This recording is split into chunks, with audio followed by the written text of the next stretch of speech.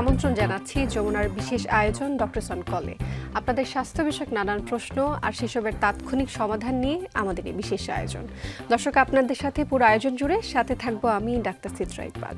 আমাদের এই আয়োজনে থাকেন দেশ বরেণ্য আর আধুনিক চিকিৎসা বিজ্ঞানে দক্ষ চিকিৎসকরা।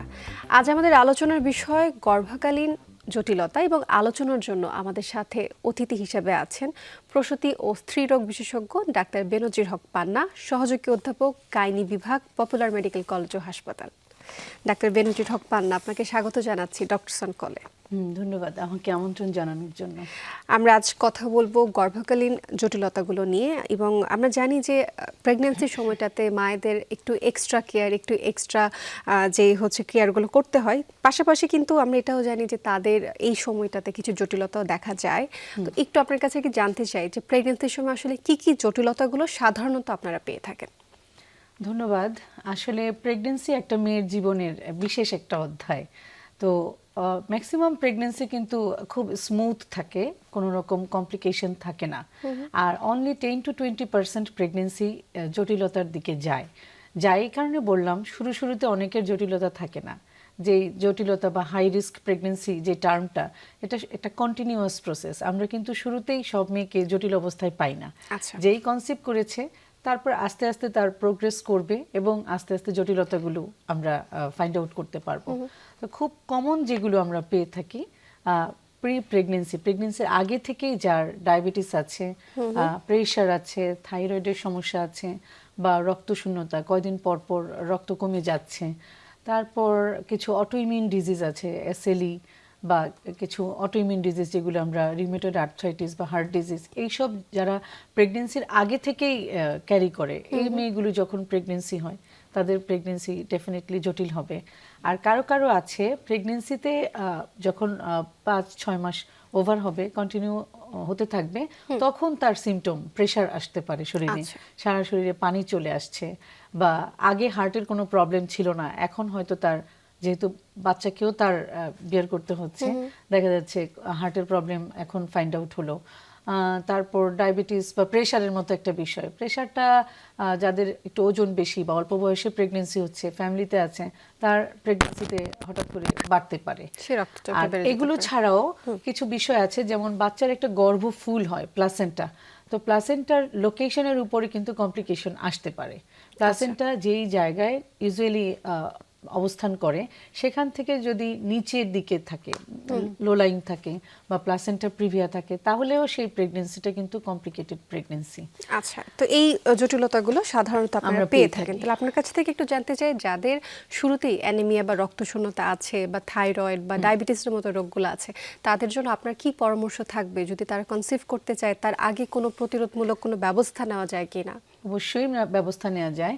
যেহেতু আমরা এখন প্রেগনেন্সি কাউন্সিলিং বলে একটা টার্ম আছে, প্রেগনেন্সির আগেই বলে থাকি যে তোমরা তোমাদের শরীরে কোনো প্রবলেম আছে কিনা, একটু ডক্টরের কাছে আসো, একটু চেক করে নাও যে কোনো প্রবলেম আছে কিনা। তো রক্তশূন্যতার ব্যাপারটা যদি এরকম হয় যে তার কখনোই ছিল না, হঠাৎ করে আমরা একটা ফাইন্ডিং পেয়েছি, সেই ক্ষেত্রে আমরা আয়রন বা ফলিক অ্যাসিড সাপ্লিমেন্ট তাকে 3 মাস 6 মাস আগে থেকে বলি কন্টিনিউ করার জন্য। অ্যাটলিস্ট হিমোগ্লোবিন লেভেলটা যাতে তার মোর দেন 10 থাকে, 10 গ্রাম পার ডেসিলিটার। আর কারো কারো হিস্ট্রি থাকে এরকম যে না, কয়দিন পর পরই ব্লাড কমে যাচ্ছে, সেই ক্ষেত্রে তো অবশ্যই একজন হেমাটোলজিস্টের কাছে যাবে।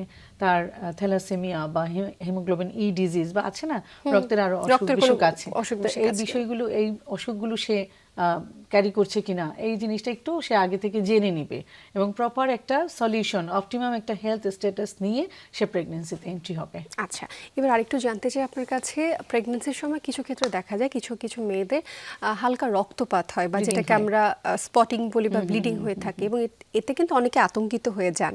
তো এটা আসলে কতটুকু নরমাল বা অ্যাবনর্মাল, বা এটার চিকিৎসাটা আসলে কি রয়েছে, এবং এটার কারণগুলো আসলে কি? থ্যাংক ইউ, এটা খুব সুন্দর কোয়েশ্চেন। যে প্রেগনেন্সিতে অনেকেরই ব্লিডিং হবে, প্রেগনেন্সির যে টার্ম সেটাই কিন্তু এমিনোরিয়া, তার মানে কোনো রকম তার ব্লিডিং হবে না।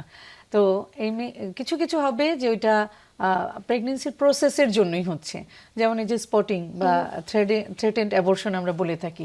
প্লাসেন্টার কিন্তু জরায়ুতে এসে ইমপ্ল্যান্ট হতে হবে, প্লাসেন্টা তো শুরুতে থাকবে না, তাই না? কনসিভ হবে, তারপর আস্তে আস্তে প্লাসেন্টা ফর্মেশন হবে। এই যে গর্ভফুলটা ইমপ্ল্যান্টেশন হচ্ছে, তখন একটু স্পটিং হতে পারে। এটা খুব নর্মাল, এবং এটা প্রথম 15 দিন, এরপরে আর এটা হবে না। কিন্তু আরো একটা হতে পারে যদি প্লাসেন্টা ঠিক জায়গায় ফর্মেশন না হয়ে নিচের দিকে, নিচের সেগমেন্ট, লোয়ার সেগমেন্টে যদি ইমপ্ল্যান্ট হয়, সেই ক্ষেত্রে কিন্তু এটা পুরো প্রেগনেন্সিতে একটু একটু করে ব্লিডিং হতে পারে। এই ক্ষেত্রে এটা খুব ইম্পর্টেন্ট বিষয়, বাসায় বসে থাকলে চলবে না, আলট্রাসোনোগ্রাফি করে দেখতে হবে অ্যাকচুয়ালি প্লাসেন্টার লোকেশনটা কি। অনেকের 2-3টা বেবিও একসাথে কনসিভ হয়, তখন কিন্তু প্লাসেন্টার সাইজটা বড় থাকে, তখন প্লাসেন্টা লোয়ার সেগমেন্টে থাকতেই পারে, ওখান থেকে ব্লিডিংও হতে পারে। সেই জন্য আমরা কিছু এম্পিরিক্যাল ট্রিটমেন্ট দিয়ে থাকি। আর যদি দেখা যায় যে না প্লাসেন্টা নর্মালি আছে, সেক্ষেত্রে প্লাসেন্টা হয়তো একটু সেপারেশন হয়েছে, এই জন্যই ব্লিডিং হচ্ছে, সো এর জন্য স্পেশাল কেয়ারের দরকার। আপনার কাছে আরো অনেকগুলো প্রশ্ন রয়েছে, তবে সময় হচ্ছে একটি বিরতির, তারপর ফিরবো আপনার কাছে। দর্শক, ডক্টরস অন কল অনুষ্ঠানে নিচ্ছি ছোট্ট একটি বিরতি, আমাদের সাথেই থাকবেন।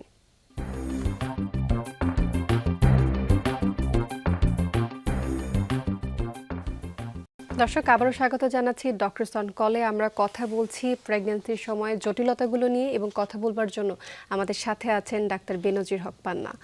আমরা কথা বলছিলাম ব্লিডিং নিয়ে, প্রেগন্যান্সির সময় যদি কোনো ধরনের ব্লিডিং হয়ে থাকে কোনটাকে আসলে ডেঞ্জার সাইন হিসেবে আমরা ধরে নিব। তো আপনি আমাদেরকে জানাচ্ছিলেন যে শুরুতে আসলে একটু ব্লিডিং হওয়াটা কিছুটা স্বাভাবিক এবং সেটা চিকিৎসা রয়েছে, তবে কখন আসলে আতঙ্কিত হওয়ার বিষয় বা কখন এটাকে আমি বিপদ চিহ্ন হিসেবে ধরে নিব?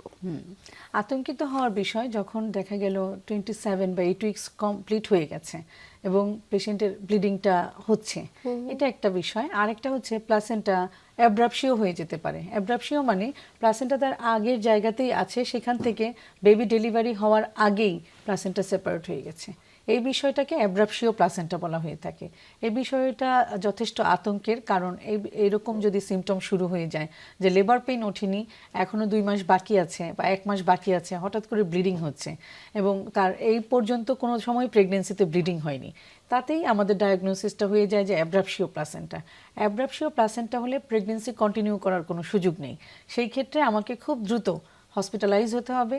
বাচ্চা তার ইরেসপেক্টিভ অফ জেস্টেশনাল এজ, তার 8 মাস হয়েছে, আরো 2 মাস বাকি, কিন্তু বাচ্চাকে সেভ করতে হলে এবং মাকে বাঁচাতে হলে আমাকে কিন্তু ইমার্জেন্সি টার্মিনেশন লাগবে। হতে পারে সেটা নর্মাল ডেলিভারি, হতে পারে সেটা সিজারিয়ান।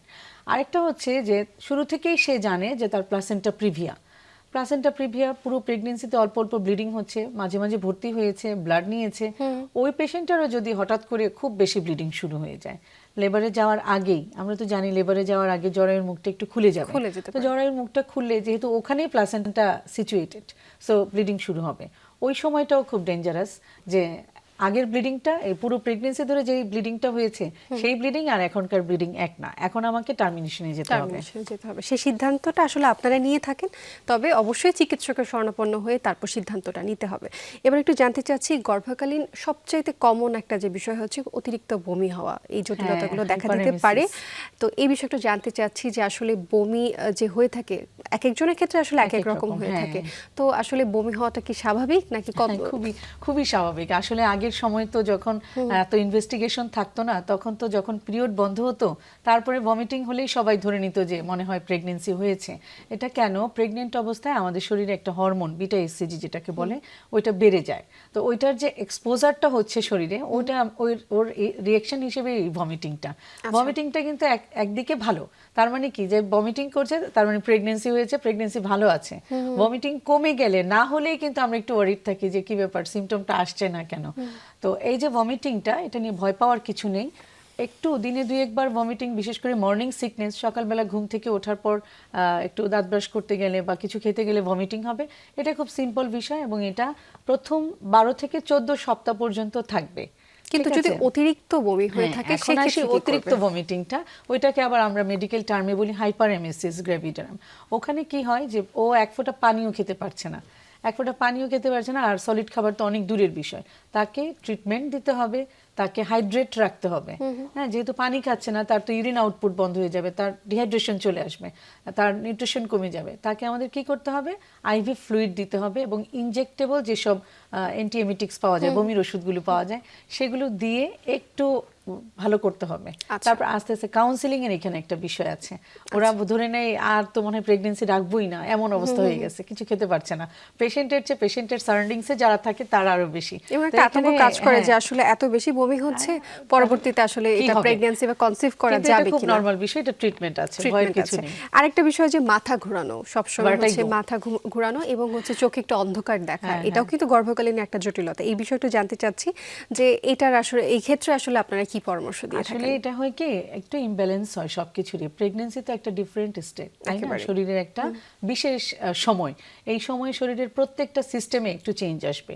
হেমাটোলজিক্যাল, তারপরে নিউরোলজিক্যাল, কার্ডিওভাস্কুলার সবকিছুই কিন্তু একটু চেঞ্জ আসবে। এই যে ইমব্যালেন্সটা, তার সাথে এই বিটা এসিজির এক্সপোজার, সবকিছু মিলে একটু ভার্টাইগো হয়। ভার্টাইগো এবং ভমিটিং দুইটা কিন্তু প্রায় একই সাথেই চলে। আচ্ছা। ভমিটিং হবে। আর আমরা জানি কি, যখন মাথা কখন একটু অন্ধকার দেখবে, হাইপোগ্লাইসেমিক হয়ে গেলে, একটা মানুষ খেলেই বমি করছে, তখন সে কি করে, আর খাওয়া দাওয়া থেকে দূরে থাকছে, তো গ্লুকোজ তো কমে যাচ্ছে, তখন সে স্বাভাবিক একটু অন্ধকার, একটু মাথা ঘুরে যাবে, একটু অন্ধকার দেখবে, সেন্সলেসও হয়ে যেতে পারে। সো ডায়েটটা যদি ঠিক রাখা যায়, তাকে যদি একটু কাউন্সিলিং করে অল্প অল্প করে খাওয়ানো যায়, বমি করো বাট একটু খেয়ে খেয়ে বমি করো, আচ্ছা। একটু অ্যান্টিএমিটিক ওষুধপত্রগুলো খাও, এগুলো একটু কাউন্সিলিং করে ঠিক করে নেওয়া যায়। আচ্ছা, এইগুলো আসলে এই জটিলতাগুলোর সমাধান কিন্তু রয়েছে। হ্যাঁ। আচ্ছা, আমি এবার একটু প্রি অ্যাক্লাম্পসিয়া নিয়ে কথা বলতে আচ্ছা, চাই। এটা গর্ভকালীন একটা বিশেষ জটিলতার মধ্যেই পড়ে। তো একটু প্রি অ্যাক্লাম্পসিয়া কেন হয়ে থাকে এবং কাদের হওয়ার সম্ভাবনাটা আসলে সবচেয়ে বেশি হয়? আচ্ছা, প্রি এক্লাম্পসিয়া কাদের হয়? এটা হচ্ছে খুব আর্লি এজে যাদের বিয়ে এবং বাচ্চা, আর একটা হচ্ছে এল্ডারলি যারা 35 এর পর যাদের প্রেগন্যান্সি হচ্ছে, আর ইন বিটুইন যারা আছে তাদেরও হতে পারে যদি ফ্যামিলি হিস্ট্রিতে হাইপারটেনশন থাকে বা এবারের প্রেগন্যান্সিতে তার প্রেশারটা অনেক বেশি, এই ঘটনাটা যদি থাকে। এই প্রি অ্যাক্লাম্পসিয়ার আগে আমাকে হাইপারটেনশন ফেস করতে হবে, প্রেশার ফেস করতে হবে। প্রেশারটাকে যদি আমি কন্ট্রোলে রাখতে পারি, অনেক রকমের ওষুধ আছে, মাঝে মাঝে একটা দেওয়া হয়, মাঝে মাঝে দুটো দেওয়া হয়, 2-3 রকমের ওষুধ দিয়ে যদি আমি তাকে প্রেশারটা কন্ট্রোল করতে পারি, তাহলে কিন্তু আমার প্রি অ্যাক্লাম্পসিয়া পর্যন্ত যাওয়া লাগে না। আর আমি যদি একটু নিজেকে নেগলেক্ট করি যে প্রেশার তো কমে যায়, আবার কি খাবো, বা আমি ভালোভাবে এটা ফলো আপ করলাম না, ডক্টরের পরামর্শ নিলাম না, তাহলে এই প্রেশারটা আস্তে আস্তে কমপ্লিকেটেড হয়ে প্রি অ্যাক্লাম্পসিয়া হয়।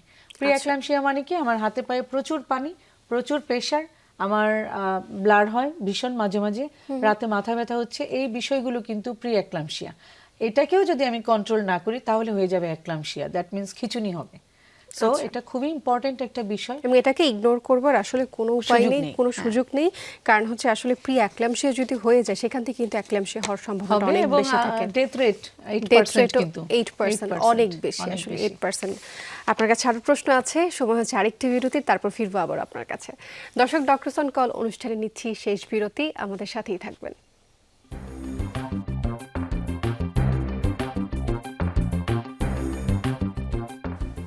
দর্শক, আবারও স্বাগত জানাচ্ছি ডক্টরস অন কলে। আমরা কথা বলছি প্রেগন্যান্সি সময়ের জটিলতাগুলো নিয়ে, এবং এই বিষয়ে কথা বলবার জন্য আমাদের সাথে আছেন ডাক্তার বেনজির হক পান্না। আমরা এতক্ষণ অনেকগুলো জটিলতা নিয়ে আলোচনা করলাম, তবে যেই জটিলতাকে আসলে আমরা একেবারে এড়িয়ে যাই, সেটা হচ্ছে একজন প্রেগনেন্ট ওমেনের যে মানসিক পরিবর্তনটা আসলে হয়। শারীরিক পরিবর্তন তো বটেই, পাশাপাশি কিন্তু মানসিক পরিবর্তন হয়ে থাকে। তো এই সময় আসলে কি কি মানসিক পরিবর্তন হয়, এটা আপনার কাছে একটু জানতে চাই। এই সময়টা আসলে কি বলবো, যাদের প্রথম কনসেপশন মানে ফার্স্ট টাইম যে প্রেগনেন্ট, তার তো প্রচুর চেঞ্জ হয়, তার শারীরিক পরিবর্তন হচ্ছে, মানসিক পরিবর্তন হচ্ছে, অনেকগুলো হরমোন আছে যেগুলো প্রেগনেন্সিটাকে কন্টিনিউ করে। তা আমরা তো এটাকে হরমোন বলি, বাট এটার যখন এক্সপোজ হয় বডিতে, তখন মেয়েদের বিভিন্ন রকমের চিন্তা আসে। হ্যাঁ, যেমন সে প্রেগনেন্সিটা কন্টিনিউ করতে পারবে তো, বা যে প্রেগনেন্সিটা এসছে সেই বাচ্চাটার দায় দায়িত্ব সে নিতে পারবে তো।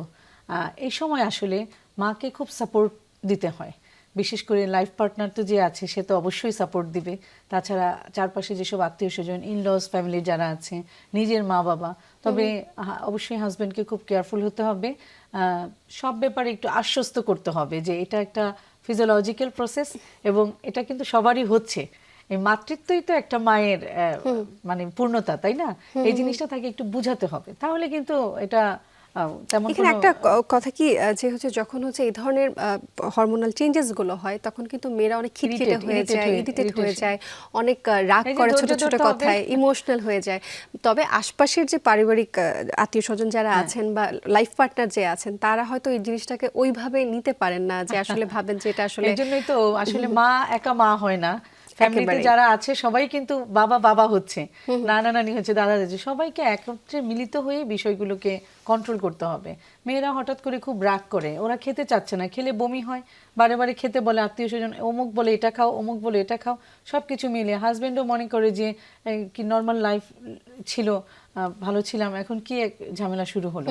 কিন্তু আসলে কিন্তু বাবা মা যে বাচ্চাটা ফ্যামিলিতে আসছে, মা বাচ্চাটা এসে মা বানাচ্ছে একজনকে, বাবা বানাচ্ছে আমি একজনকে। আরেকটা প্রশ্ন একটু যোগ করতে চাই, সেটা হচ্ছে এই সময়টাতে আসলে মেয়েদের কিছু কিছু জিনিস খাবার খুব ক্রেভিংস ওঠে, বিশেষ আচ্ছা, করে আচ্ছা। অনেকে মাটি পর্যন্ত খেতে চান। হ্যাঁ। এমনটা হয়তো আপনি শুনে থাকেন, আপনার কাছে হয়তো বলে থাকে যে আমার আসলে মাটি খেতে ইচ্ছে করছে, বা অনেকের হচ্ছে অনেক ধরনের খাবার যেগুলো আসলে খাবারের তালিকায় পড়ে না, পড়ে না। সেগুলো খেতে ইচ্ছে করছে। এটা আসলে কেন এটাও হয়ে তো একটা থাকে? মানসিক প্রবলেমই বলা আচ্ছা, চলে। আচ্ছা। প্যারোজমিয়া নামে একটা টার্ম আছে, মানে খাবারের গন্ধটা তার কাছে ডিফারেন্ট মনে হয়। সে খাচ্ছে একটা ভালো জিনিস, ডিম হয়তো খাচ্ছে বা রুটি খাচ্ছে, কিন্তু সে স্মেল পাচ্ছে অন্য জিনিসের। তো এই সময় এই জিনিসটা খুব প্রকটভাবে থাকে, বাট সে উল্টোপাল্টা জিনিস খেতে পছন্দ করে। বাট এই সময়টা কিন্তু খুব কম, মাত্র 12 থেকে 14 সপ্তাহ। আচ্ছা। এর মধ্যে তার মোটামুটি বেবিও ফর্মেশন হয়ে যায়, প্লাসেন্টাও ফর্মেশন হয়ে যায়, তার ডায়েটের যে চেঞ্জ এসেছিল সেটাও কারেকশন হয়ে তবে যায়। সেটা কি খাওয়া যাবে? না, খাওয়া যেমন- যাবে। এখন ওর তো এই যে স্পিরিটও খেতে ইচ্ছা করতে পারে, ওর অ্যালকোহল নিতে ইচ্ছা করতে পারে। আচ্ছা। আমরা তো সবকিছু অ্যালাউ করব না, এটা বুদ্ধিমত্তার Depend সাথে করছে। তাকে বুঝিয়ে ঠিক করতে হবে। তাকে তো সে অনেক কিছুই চাইতে পারে, বাট এটা অ্যালাউড না। অ্যালাউড না। এটা হচ্ছে আসলে একটা মানসিক পরিবর্তনের জন্য হয়ে থাকে, হয়ে সেভাবে থাকে। আসলে কাউন্সিলিং করলে বিষয়টা মানসিক আসলে সহজ। পরিবর্তন কিন্তু প্রেগনেন্ট অবস্থার চেয়ে ডেলিভারির পর বেশি হয়। আচ্ছা। ডেলিভারির পরে ওই হরমোনগুলো আবার হঠাৎ করে শাটডাউন করে বডি থেকে, তখন তার আরো কিছু চেঞ্জ, ম্যাটারনাল ব্লু বলে একটা টার্ম, যে আচ্ছা। হঠাৎ করে মানে আত্মহত্যা প্রবণতা, মানে ভালো লাগছে না, সবাইকে খুব বিরক্ত লাগছে, বাচ্চাকে পর্যন্ত সে টলারেট করতে পারে না, বাচ্চা কেন কাঁদে, বাচ্চাকে বারবার ব্রেস্ট ফিড করতে হচ্ছে কেন, ওর একটা সাইকোলজিক্যাল ইমব্যালেন্স এবং তৈরি সেই হয়। সময়টাতেই যে আপনি যে খুব গুরুত্বপূর্ণ একটা কথা নিয়ে আসলেন এখানে, যে বাচ্চা কেন কান্না করছে, বাচ্চা চারিপাশে মানুষকে খুব বিরক্ত লাগে, তবে এই যে বাচ্চা জন্মের পর সম্পূর্ণ দায়িত্বটা কিন্তু আমরা মায়েদেরকে দিয়ে দিই, না, কিন্তু সেটা আমরা মোটেও ভুলে উচিত যাই না। যে সেই মাত্র সদ্য মা হয়েছে, সেও একটা খুব জটিল একটা সময় পার করবার পর হচ্ছে একটা বাচ্চা ভূমিষ্ঠ করেছে, এবং তাকে খুব এক্সট্রা একটা কেয়ার আসলে পরিবারের সকলকে দেবার দরকার। আমরা প্রায় শেষ দিকে চলে আসছি অনুষ্ঠানের, আপনার কাছে একটু জানতে চাই গর্ভকালীন যে ডায়াবেটিস হয়, এটার জটিলতাগুলো কি কি রয়েছে এবং এটার সমাধান কি? এটার জটিলতা অনেক, যত কমপ্লিকেশন প্রেগনেন্সিতে হয় বাচ্চার, একেবারে মাথা থেকে পা পর্যন্ত তার সবই প্রায় ডায়াবেটিসের কারণে। এনএনকেফালি থেকে শুরু করে হার্টের ডিফেক্ট, কিডনির প্রবলেম, তারপরে লিম্বের প্রবলেম, জেনিটালিয়াতে প্রবলেম, অ্যাবডোমিনাল প্রবলেম, সব কিছু এই ডায়াবেটিস যদি আমরা কন্ট্রোল না করি। তো সবচেয়ে ভালো হয়, যেহেতু আমাকে ছোট করে বলতে হবে, প্রেগনেন্সির আগে থেকেই সে একটা ডায়াবেটিসের চেক আপ করে নিবে। তার একটু ওজিটিটি করে নিলেই তো বোঝা যায় যে আমার শরীরে সুগারটা কোন অবস্থায় আছে। তারপরে সে যদি বেশি থাকে কারেকশন করে প্রেগনেন্সি নিবে, আর যদি নর্মাল থাকে তাহলে তো আর এইসব আসে না। তারপরেও কিছু কিছু প্রেগনেন্সির ডায়াবেটিস, যেটাকে আমরা জিডিএম বলি, ওটা প্রেগনেন্সির আগে থাকে না, ওটা কিন্তু প্রেগনেন্ট অবস্থায় ফার্স্ট টাইম আমরা ফাইন্ড আউট করি। সো ডক্টরের পরামর্শ, ডায়েট ঠিক মতো, কিছু কিছু এক্সারসাইজ করতে হবে, এবং তাকে যেই মেডিসিনটা ওরাল ফর্মে দিলে ওরাল, ইনসুলিন দিলে ইনসুলিন, এবং রেগুলার ফলো আপ। আচ্ছা, ইনসুলিনটা যখন আপনারা দিয়ে দেন, তো পরবর্তীতে কি সেটা আবার কন্টিনিউ করতে হতে পারে? কারণ আবার ইনসুলিন অনেকে নিতে চান না, মনে করেন যে একবার ইনসুলিন যদি নেওয়া শুরু করি সেটা আসলে সবসময় নিতে হবে, না, এটা বিষয়টা তো কি হচ্ছে এরকম একটা কিনা? মিসনোমার, এটা হচ্ছে অনেকের ধারণা। বাট প্রেগনেন্সিতে ইনসুলিনটা খুব সেফ। ইনসুলিনটা কিন্তু বাচ্চার শরীরে মানে যাবে না, মায়ের গ্লুকোজটাকেই সে কন্ট্রোল করে রাখবে। মায়েরটা কন্ট্রোল থাকলে বাচ্চার কন্ট্রোল থাকবে। তো প্রেগনেন্সির ডায়াবেটিসটা ম্যাক্সিমাম সময় আমাদের ইনসুলিন দিয়ে কারেক্ট করতে হয়। আর পরবর্তীতে ইনসুলিন নিতে হবে কিনা সেটা তো ডিপেন্ড করছে তার এই যে ডায়াবেটিসটা, এটা কি প্রেগনেন্সির ডায়াবেটিস কিনা। প্রেগনেন্সির ডায়াবেটিস মোটামুটি 75% ক্ষেত্রেই ডেলিভারির পর ঠিক হয়ে যায়, সেক্ষেত্রে তো আর তার ইনসুলিনের প্রয়োজন এটা পড়ছে সম্পূর্ণ না। ডিপেন্ড করছে সেটা আসলে জেস্টেশনাল ডায়াবেটিস বা প্রেগন্যান্সির সময় যে ডায়াবেটিস সেটা কিনা, এবং অথবা ডায়াবেটিস কিনা। আচ্ছা, খুব গুরুত্বপূর্ণ আলোচনা আজ আপনি করলেন, এবং আমাদেরকে আসলে খুব অনেকগুলো তথ্য আমাদেরকে দিয়েছেন, এটার জন্য অসংখ্য ধন্যবাদ জানাচ্ছি, এবং আপনার মূল্যবান সময় আমাদেরকে দেবার জন্য অসংখ্য ধন্যবাদ আপনাকে। ধন্যবাদ যমুনা টেলিভিশনকে। দর্শক, এই ছিল ডক্টর সনকলের আজকের আয়োজন। আমাদের সাথে থাকার জন্য অসংখ্য ধন্যবাদ আপনাদের।